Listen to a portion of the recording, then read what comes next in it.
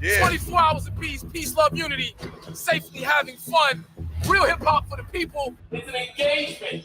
It's a demonstration. Using hip hop culture to get you activated. Let the people hear the bass and the vibration, the love, peace, unity, and watch them add on. It's a culture. It's not just rapping. It's not what we do. It's how we do it. We're doing it right here, Springfield Avenue, between Bergen and Plum. 24 hours straight, man. It's crazy. We the people. The people of the culture. Yeah, Ron Lawrence. Fire. The hip hop culture. Yo, we love rap. That's Love what we do. Yeah, we do. But it's really about the culture. Yeah, let them know how. The realness. The culture. Yeah. What up, man? You know a hard head makes a soft behind. If I only knew my schoolwork like I knew them rhymes. Mom upside my head, I'm trying to memorize every line. High power rap breaks, super rhymes. Deep into the culture, didn't even know it.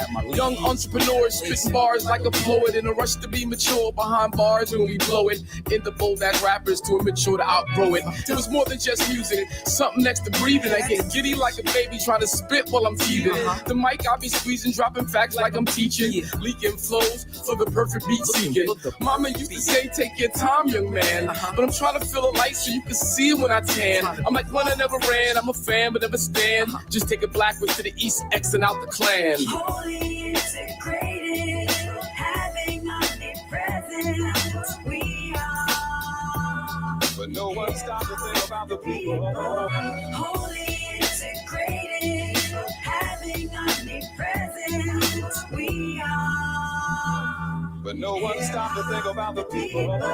Pueblo Unido, grassroots Steve Biko. Rule number one, never forget the people. I live that, I give back. Heart all in it, no gimmick, straight facts. From the start, I'm the light from the dark. Born from black art, knew my part.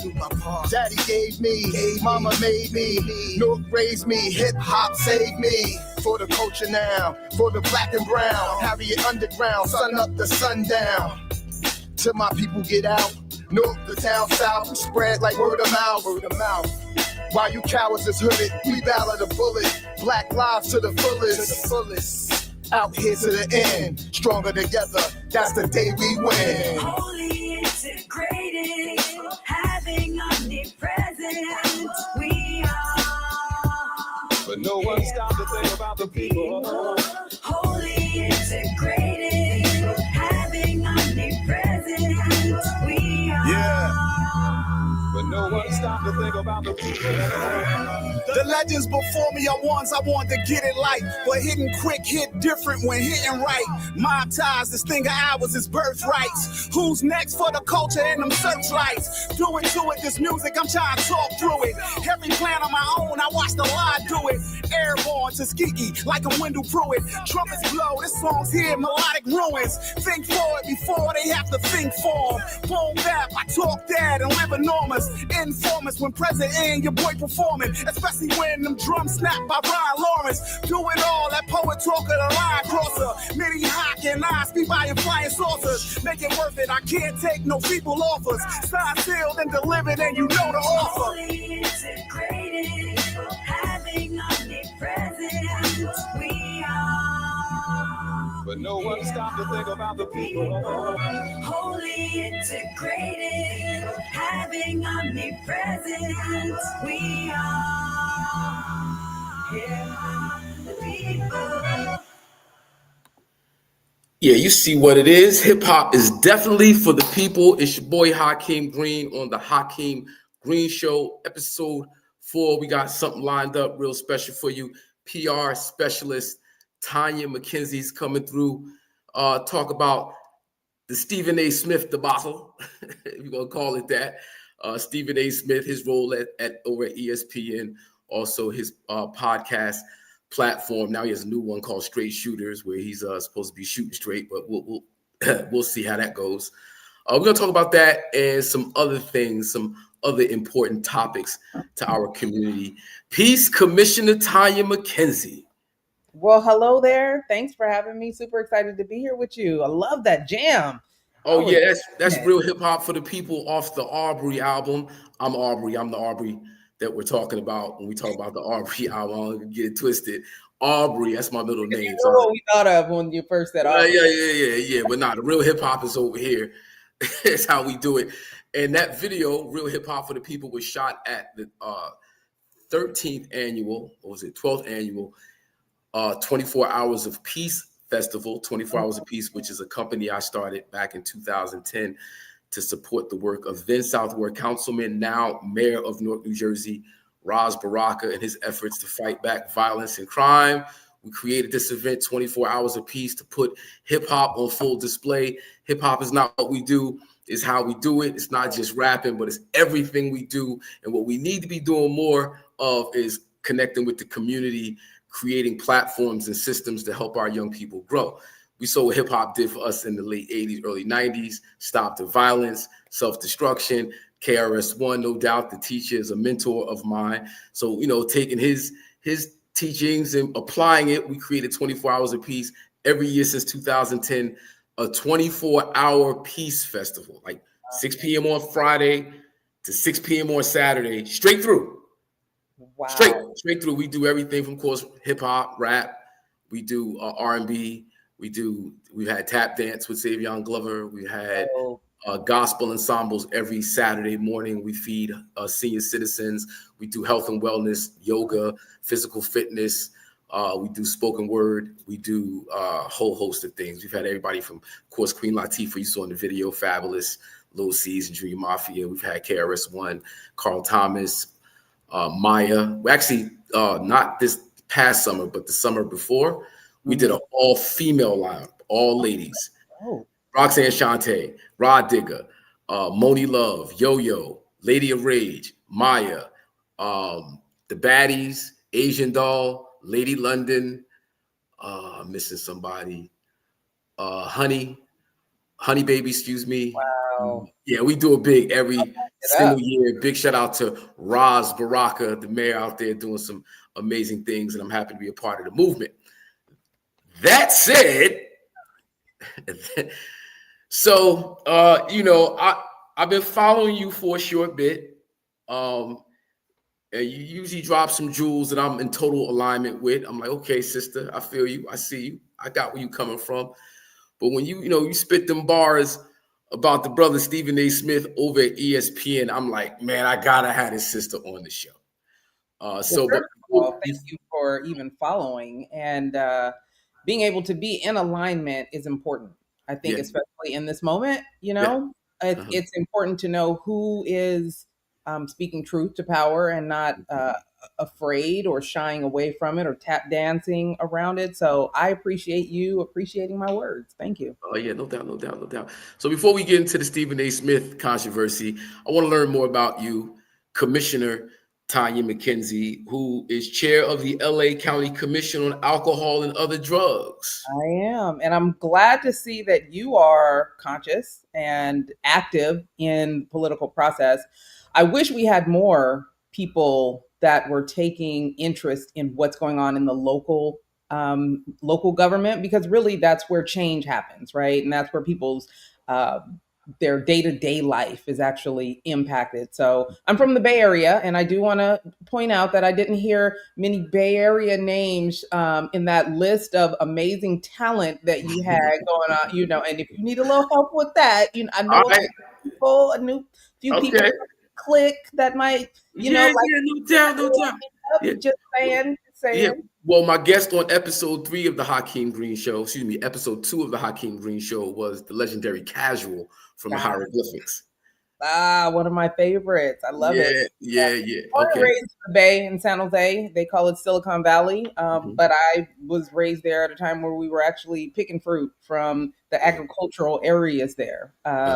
So born and raised in the Bay. I went to Grambling. I transferred to Cal State Northridge, which was the blackest school in California at the time. And that is where I started working in the political space and the PR space. So you could run for senator while you're at school. I was a senator at Cal State Northridge, worked on a bunch of different departments, athletics, my whole time while I was there. So my base is in sports. And from there, I did some work in PR with our health center.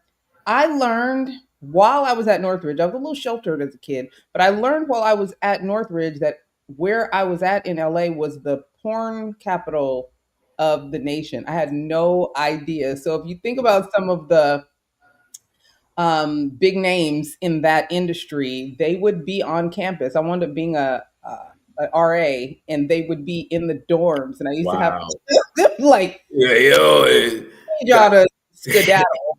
But times after I graduated, my mom passed right after I graduated, and she overdosed. And I raised my two sisters and moved back out to the Bay. My husband is in tech. A tech firm moved us back to LA. I have been in Los Angeles again for about 13 years. This is my second commission. I was on the Human Relations Commission first when during COVID. So there was a lot going on, helped start the LA versus hate campaign because there was a lot of violence going on towards the Asian community, obviously towards the Black community, and the COVID controversy. So just bridging gaps and becoming a part of the solutions here in LA County. And for those that don't know, LA County is the largest county in the nation. So we have some of the biggest problems in the nation. And our commissioners are actually tasked with being solution driven. Yeah. That's being in the community, finding resources, and being the voice of our supervisors here. So we have 6 different districts, and all of them have different supervisors. Mine is Holly J. Mitchell. She's absolutely incredible. And we just try to do the work that helps bring solutions to LA County. Yeah. Now, just the difference between LA County and LA, because when people say LA, we think Hollywood, we think, Sunset Strip, we think, that part, but LA County is a much bigger beast, right? LA County is a huge beast. It goes all the way from like Antelope Valley, all, to where the 5 is, the Grapevine, for any of y'all that have traveled from the Bay to LA, all the way into Orange County, right? So most people know Orange County. Not everybody recognizes that we're different. So people will come out here and they'll be like, oh, I'm at Disneyland. That's Anaheim. That's Orange County. That's not us. But the city of Los Angeles is where the Olympics is going to be hosted, right? So people will come here and they will be able to experience the Olympics in Los Angeles and a few other cities that are in LA County. But the county, we're millions of people. It is, again, the largest county in the nation. But when a lot of people think about LA, they think about right now, they might think about the fires. Right? Fires, yes. Yeah. Why didn't Karen Bass do this? She's not the mayor of everywhere. She's only the mayor of LA, Los Angeles. Other places in LA, they either have mayors or unincorporated areas. Our supervisors are like their mayors. So there are smaller areas, unincorporated, that they actually help govern. So folks on the county level deal directly with local municipalities because they don't have their own city government. Yes.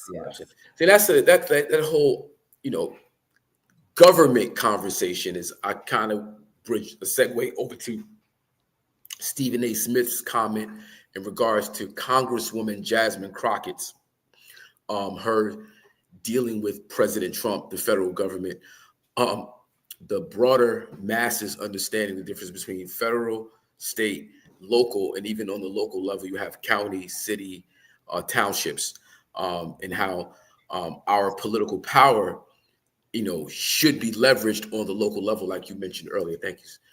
On the local level, and then how we use that leveraging on the local level to affect the broader national conversation, which is something Stephen A. Smith seemed a little unsure of in his comments toward Jasmine Crockett. Now, in terms of his initial statement, it seemed as if it was in defense of President Donald Trump.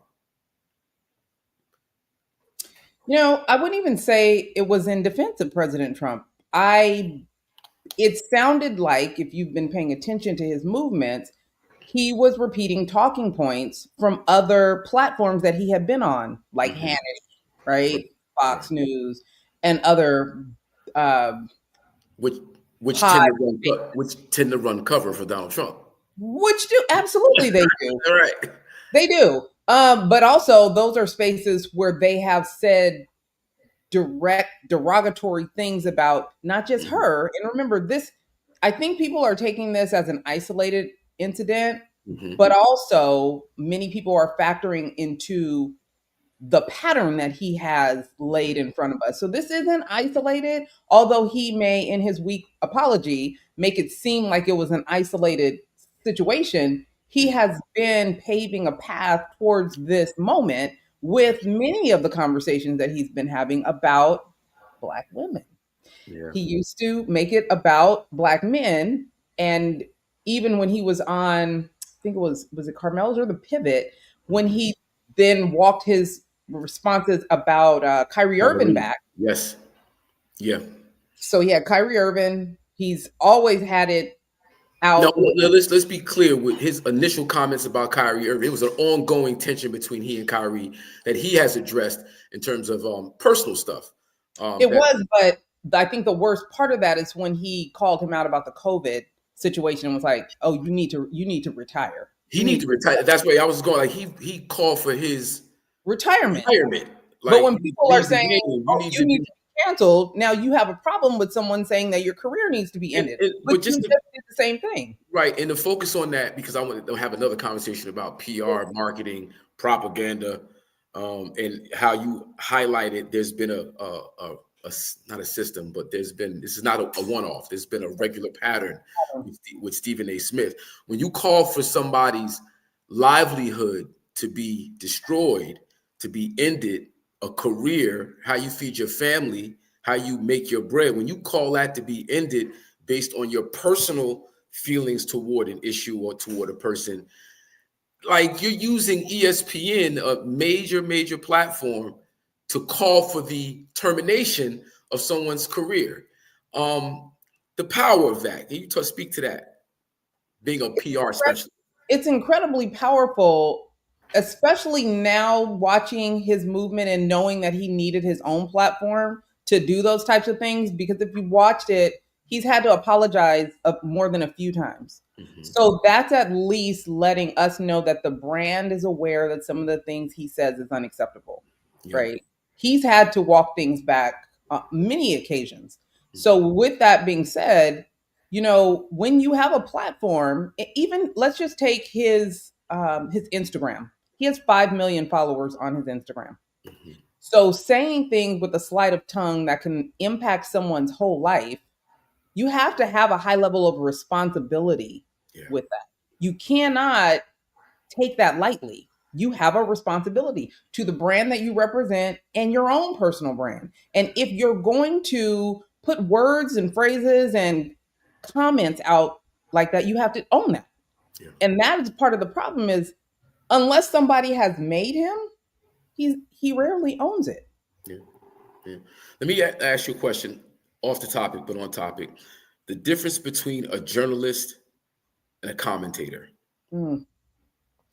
Journalism should have a high level of research, verification, facts, deep thought, right?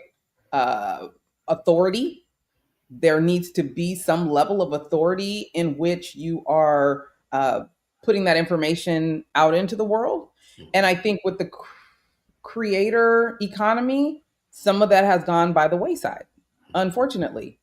But now we're looking at a commentator. You're literally put on screen to have comments and entertain.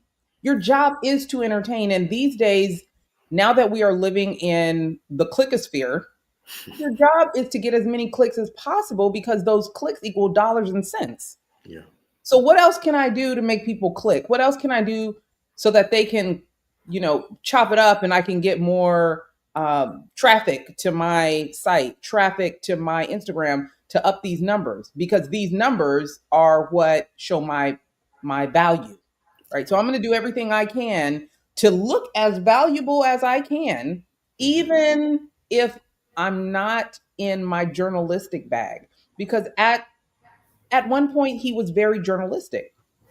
He was very well researched. Yeah. He was astute about the numbers and the information that he put out. Mhm.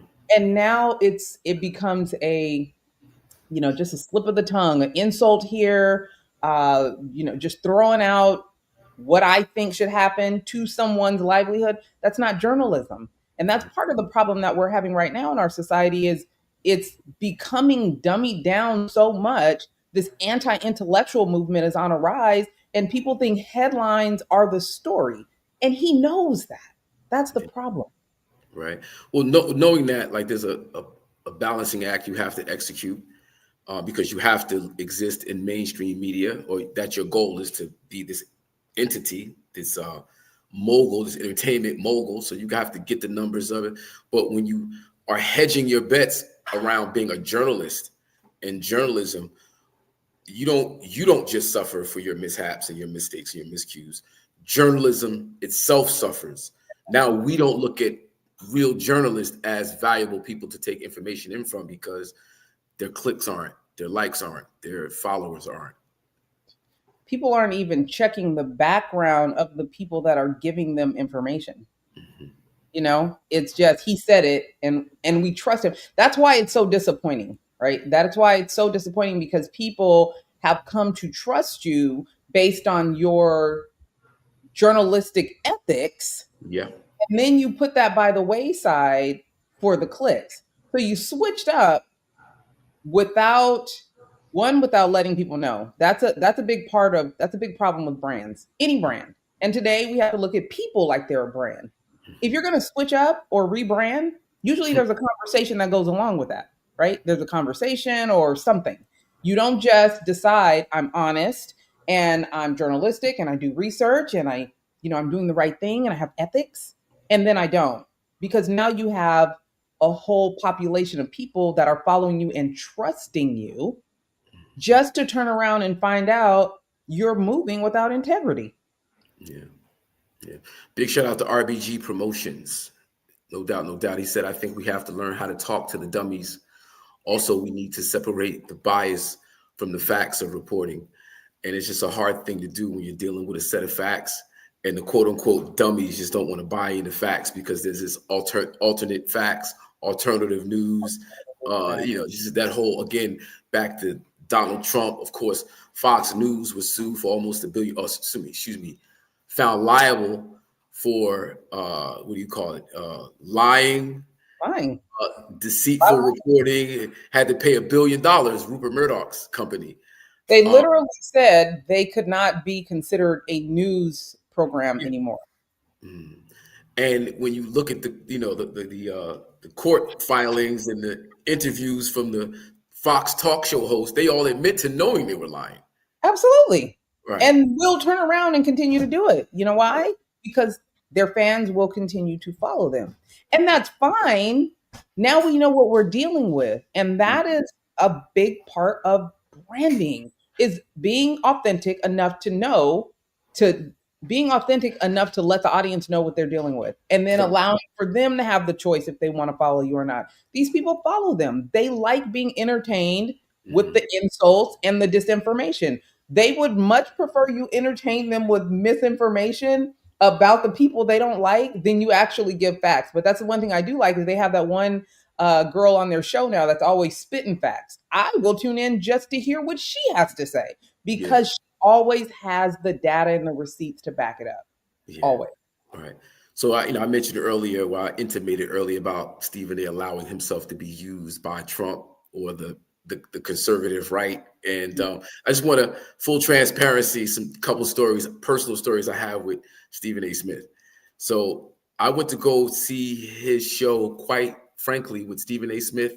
That was his first show on ESPN. And I went to the studio taping, and after it was over, there was a question and answer kind of segment. So I raised my hand. Mind you, I'm like maybe one of, 10, 12 blacks in a crowd of like maybe 75, 80 people in the studio audience. And I got to raise my hand. He pointed to me, and, I actually congratulated him and wished him well and thought he represented black people quite well. Like I'm not used to seeing at that time. Black men give us information in a certain way, with a certain grit, a certain New York Queens. You know, you can tell he's from Queens. He's got that, like, his Blackness is there in how he speaks, right? So I congratulated him, got a round of applause, and everybody saluted him. Okay, fast forward. Some years later, ESPN bought the 98.7 radio signal from Emmis Broadcasting. Emmis Broadcasting owned at the time 98.7 KISS and Hot 97. Everybody knows who Hot 97 is or what 97 is. So they sold the signal to ESPN, and in doing that, it disrupted the ability for local community broadcasters, people with access to the AM channel, like legendary legacy broadcasters and, you know, radio personalities that speak specifically to the Black community of New York. Their platforms were being erased because of this takeover.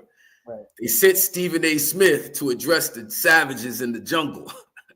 It had a town hall meeting in Harlem on 116th Street. And to witness that dynamic of Stephen A. Smith, it was himself, one of the, you know, lawyers from ESPN, some white person just sitting there not saying much, and Stephen A. Smith having to address these legacy, you know, journalists, you know, spokespersons for the Black community, Bob Law being one of them. That's one of the names I can remember, Bob Law. And Stephen A. Smith very articulately let these people know, kick rocks.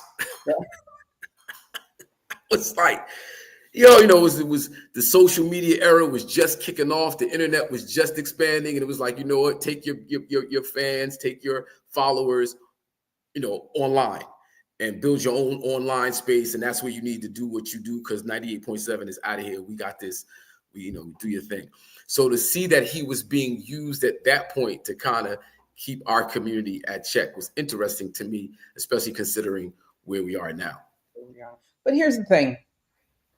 That's fine. Use your talents for good, right?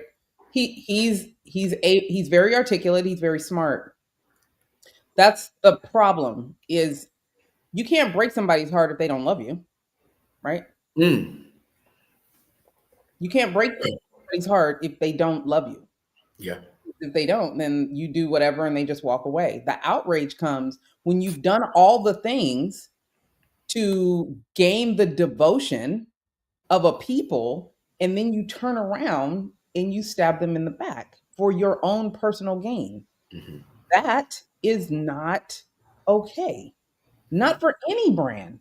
It's one of the things that I think a lot of people learned, even though it's not a new concept, but it's what a lot of people learned during after COVID and the George Floyd thing, when companies started some of them being performative to try to get everyone to feel like, oh, we care about diverse community. And yeah. And I wouldn't even say Target, because I think maybe they did. But the minute that they were challenged by an administration to conform, they dropped them like a bad habit. And I say that to say Stephen A. Smith is Black and smart. He went to a Black college. He's a member of Omega Psi Phi. All the things. That, I think, was probably his most authentic moment. But when that money started getting good, they always tell you, money will show you who a person really is, where their real heart is. I would almost compare him to like a Kanye after his mom passed and everybody started saying, like, he done lost it a little bit because his mom passed. Stephen A. was very he was very clear about how he was hurting after his mom passed. I remember he did a segment and he was talking about sometimes he's about to do things, sometimes not good things, and he would hear his mom's voice, right? Or he would feel her, and it would keep him from acting up. And someone that is very passionate and vocal like him, I can see that being true. But I can't believe that all of the things he's doing right now, his mom would just be like, this is great. Yes. Trash Michelle Obama. Yes. Talk crazy about Serena Williams. Absolutely. Go after Jasmine Crockett, who's putting her life on the line to fight for her constituents in Texas and the rest of us. Yes, son. Do that. Do that. Yeah. almost guaranteed that's not it, which has led me to believe the bag is bigger than the Black folks in his life. That has gone by the wayside. And it's not the first time, and it won't be the last time. But you No. don't get to gaslight us and be the victim when you're the one outside acting crazy. Like you ain't got no training. So, because you brought up Jasmine Crockett, I think we should, or I should, just highlight some of the things that she's actually done for her district. Please do. Because, Stephen A. Smith had intimated she needed to spend more time focused on her constituency that put her in office and less time challenging Donald Trump. Now, Stephen A. Smith has also apologized. I want to talk about that as well. But real quickly, Congresswoman Jasmine Crockett's accomplishments include securing federal funding for her district and introducing legislation such as the Limitless Act and Abortion Care Awareness Act, and advocating for issues like health care expansion, voting rights, and criminal justice reform. She is also a freshman leadership representative in the 118th Congress, vice-ranking member of the House Committee on Oversight and Government Reform, and a communications task force co-chair for the Democratic Women's Caucus. She's introduced legislation, championed bills like the Emit Less Act, Abortion Care Awareness Act. She secured federal funding, brought millions of federal funding to a district for initiatives such as emission-free school buses and opioid recovery programs, advocated for criminal justice reform, supported healthcare access, and a whole host of other things. This is some of the things. You guys can look it up on your own time. Real quick Google search will show you, Jasmine Crockett is extremely locked in to the needs of her constituency and the people who voted her in. And part of her responsibility as somebody fighting for her constituency is to make sure they stay protected from a renegade federal government and a renegade governor in Greg Abbott. So, in all fairness, Stephen A. Smith, I know you apologized, but that was an unfair shot that you really have yet to kind of reconcile on your platform, talking about all the wonderful things this sister has done. Okay, so that's that bit right there. Here's the thing. Just saying, oh, my bad, that's not going to cut it, because you haven't even acknowledged that you don't know what her constituents need. And that's what I want everybody to understand is your local government is where you need to be paying attention. That is the entity that understands, what you need in regards to your water, your trash, stop signs and safety in your community, law enforcement. Here in Redondo Beach, we had to fight to keep our firefighters local because timing, if they were with the county instead of the city of Redondo Beach, would be much larger. And we have a large older population. So taking longer to get to us would be a problem. Local officials understand that. So even if you think you understand how government works on a national front, or even if you think you know what's going on in Texas, do you really? Do you know what they need? Because when she was elected by these people that said she knows what we need, she knows what we want, and she knows what we don't want. Mm-hmm. And she knows what we don't want. The first commission I was on was in a city called Oakley, California. After I graduated, I moved to Oakley, California. Oakley was a town becoming a city at the time. And I don't know too many people that have ever had that experience, but they brought me in to help build a new YMCA because they were bringing... I'm sorry, not to interrupt you. Explain the difference between a town and a city, please. Real quick, in a nutshell. It's governed differently. Okay. It's governed differently. They don't have all the pieces in place. They're literally putting the pieces in. What will our city council look like? What will municipalities look like? How are we going to divide this town into districts? It hasn't been done yet. So a township lacks those other things. Absolutely. And they're trying to figure it out and bring in the things and organize in a way that the expansion that they're going to put in place will be able to sustain. right? We didn't even get everything right. Like some of the infrastructure stuff, by the time it was all done, some of it wasn't right. But one thing I will say about this, and this is like a perfect picture for not understanding what you're talking about, Stephen A. Um, they were trying to bring in new uh, chains and new stores because you need profit, right? If you're going to expand, because they're That's bringing in basic. housing and what is this housing looking like, and the roads and all of our utilities. Well, what stores are we bringing in? Or we don't want Walmart because it will get rid of all of the mom and pop stores, and the mom and pop stores help. But these are conversations that are had at a local level.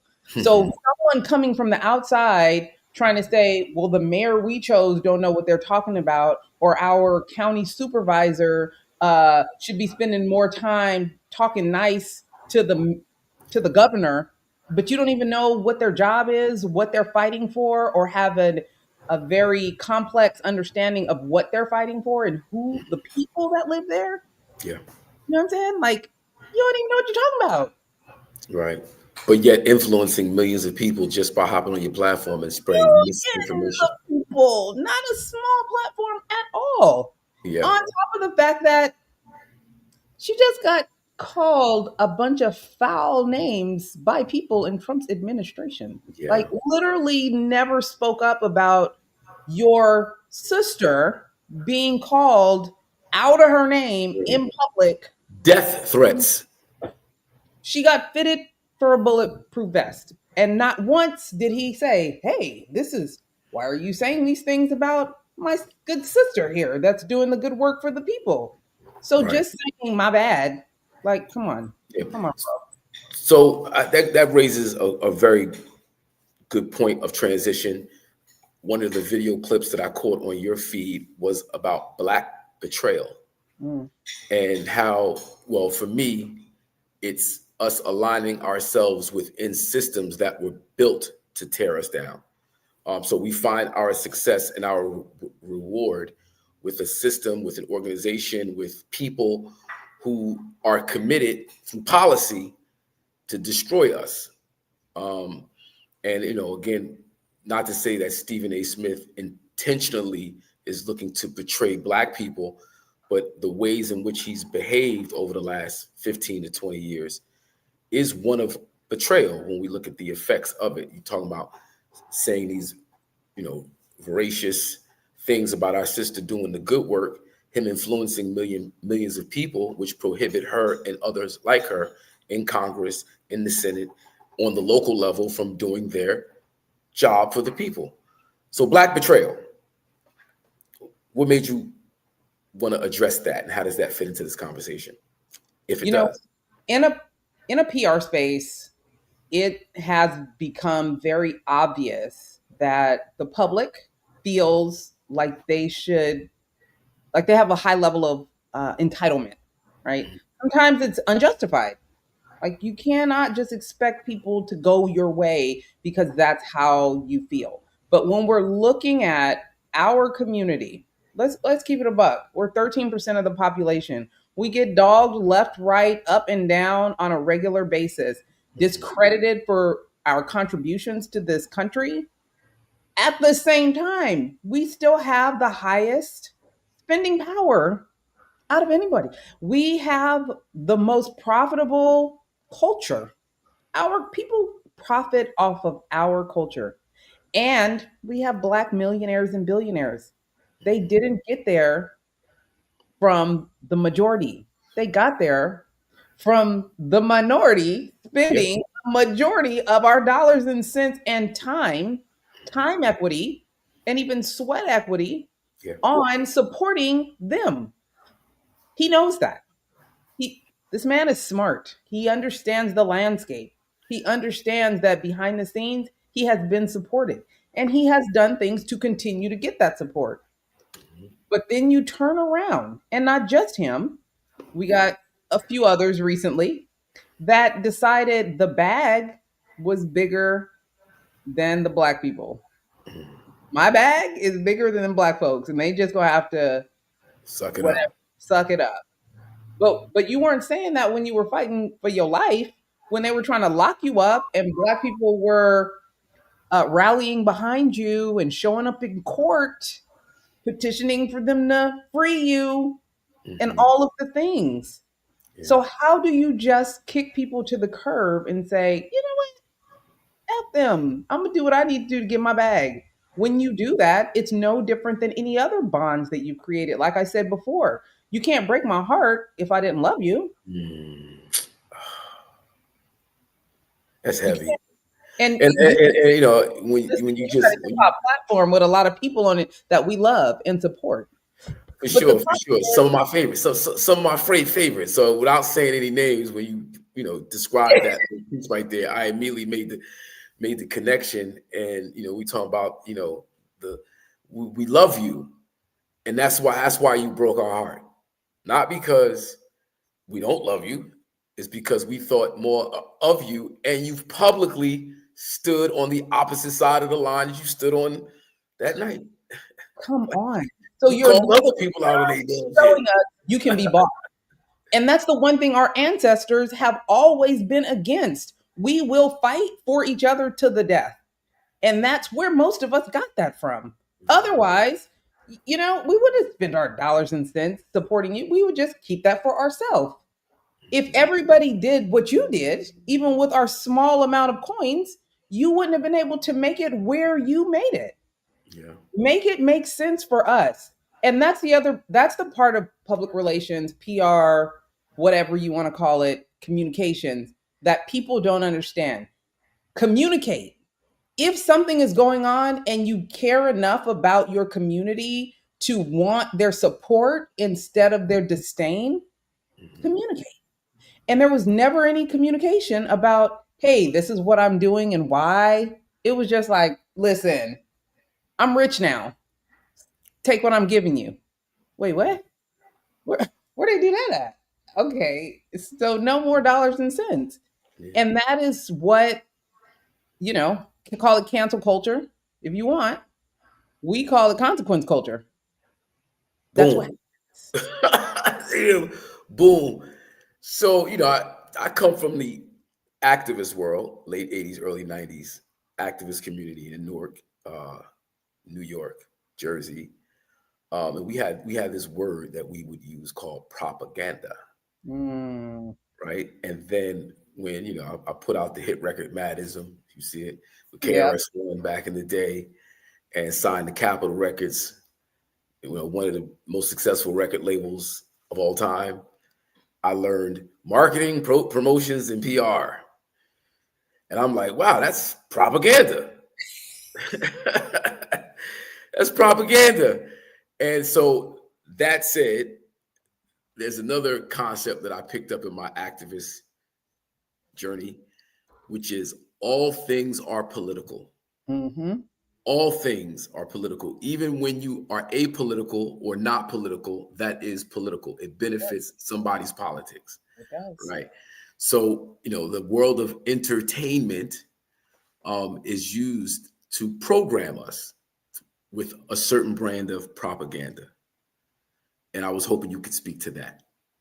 Absolutely, they do. That's why you only see certain faces on certain channels, even, right? It's why you hear certain terms, why we are positioned in certain ways. And not just us, why certain people are positioned always at the higher echelon of life in certain films and whatnot, ways that they would like to display us, like the way that you see things matters.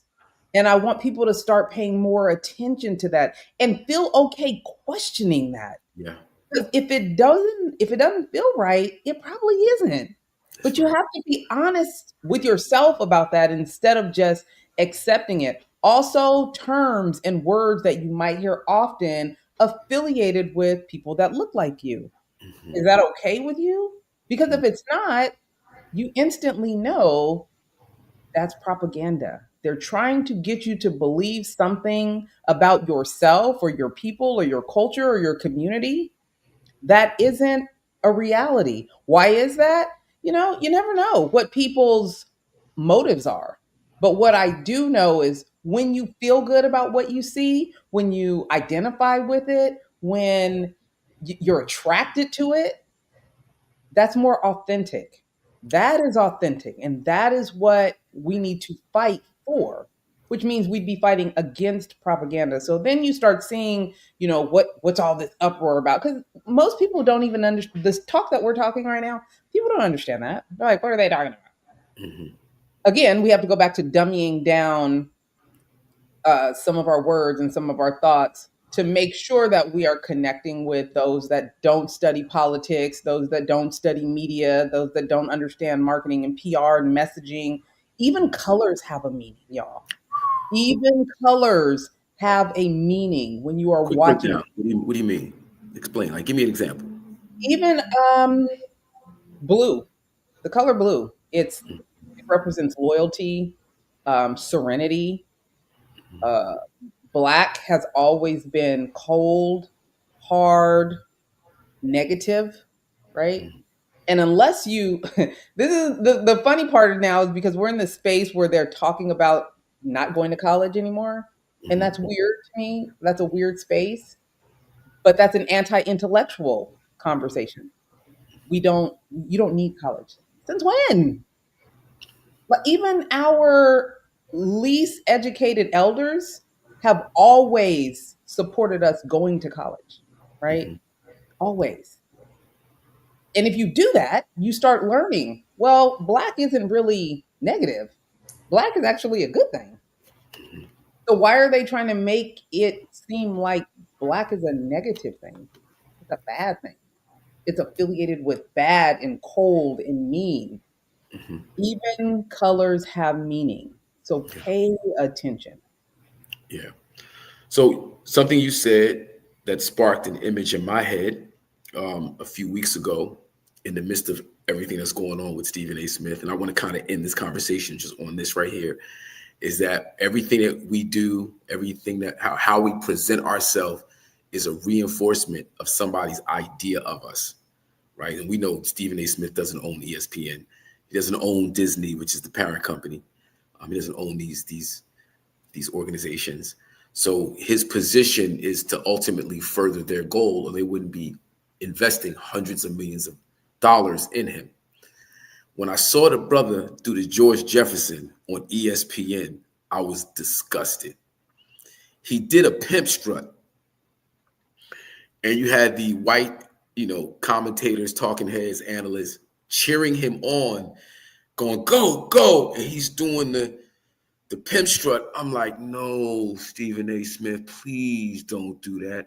They got you right now cooning on TV, my bro. Mm-hmm. They got you cooning on TV, and you think it's cute. And I learned from my own experiences about acting Black in a crowd of others, and how they get entertainment out of us degrading ourselves. And you take somebody like Stephen A. Smith, who's extremely accomplished in what he does, and he's been presented to us as the top of the pyramid so if that is the model, and he's shucking and jiving, what do I have to do in order to get in his position? So it's just an interesting take. Exactly what you said is important. He's shucking and jiving for the cameras in front of his white counterparts. On top of the fact that he has said in his own mouth he's untouchable, right? He has said that. So you're letting the audience know this is what you need to do to be like me, to get like me. Mm-hmm. And he's upset with those that do not respect that. Because even on his show, when he was on the Pivot, he talked about how he asked Jasmine Crockett to come on his show and she didn't. And then when he was on Carmelo's show, he talked about how upset he was that LeBron went on the other show, didn't come on his. Pat McAfee. So now you're showing your green with envy. You are upset and you feel like because you've done these things, you've shuck and jive for your bosses and for your white counterparts, that people should have an obligation to cow down to you.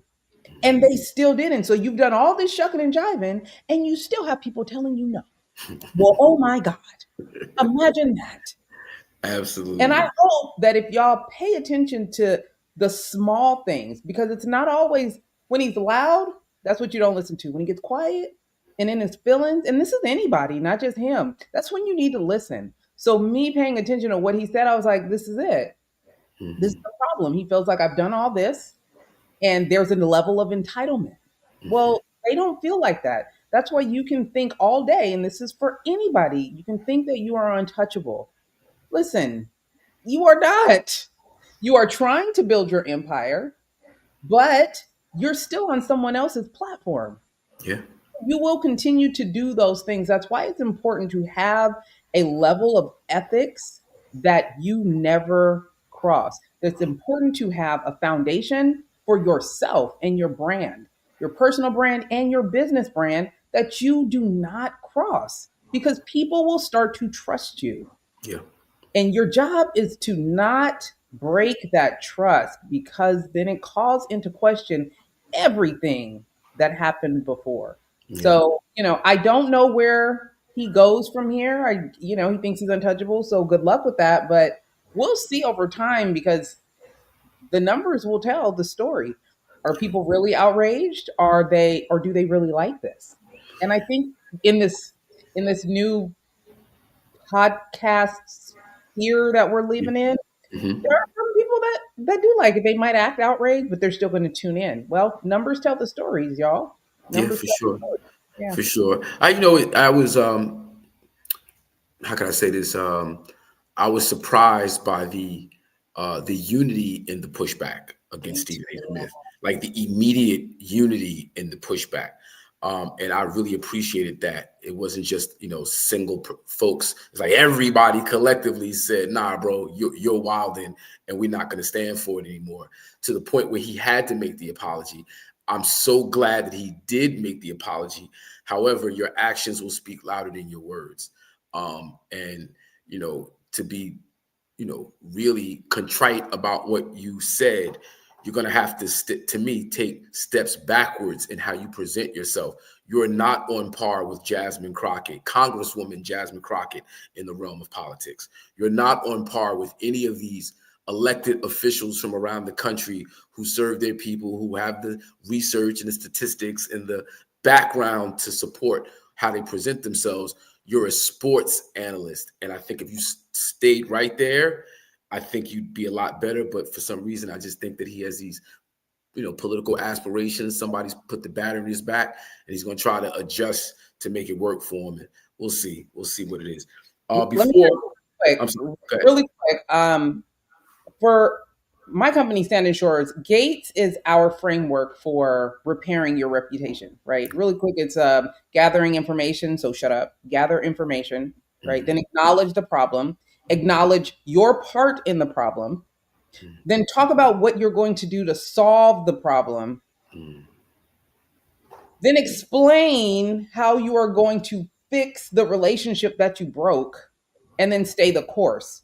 That's a lengthy process. When people are really looking to repair their reputation and repair their relationships, they do all those things. You can't be authentic about your apology unless you do all those things. You have to explain how you're going to fix the problem, and then you stay the course, because people get mad and you're like, well, I said I'm sorry, so we're moving on. When you've done something to someone else, you don't get to tell them when they should get over it, right? So that's one. That's Gates. That's our framework. And then the last thing is, Stephen A. ain't been elected to nothing. Getting elected is not easy. Yeah, it's not as easy as putting your name in the hat. You got to really work for it. Big shout out to the Roz Baraka, Team Baraka, Chief Baraka over there, who's run so many successful campaigns. We got a governor's race in New Jersey going down on November 4th. I need everybody to vote Mikey Sherrill, because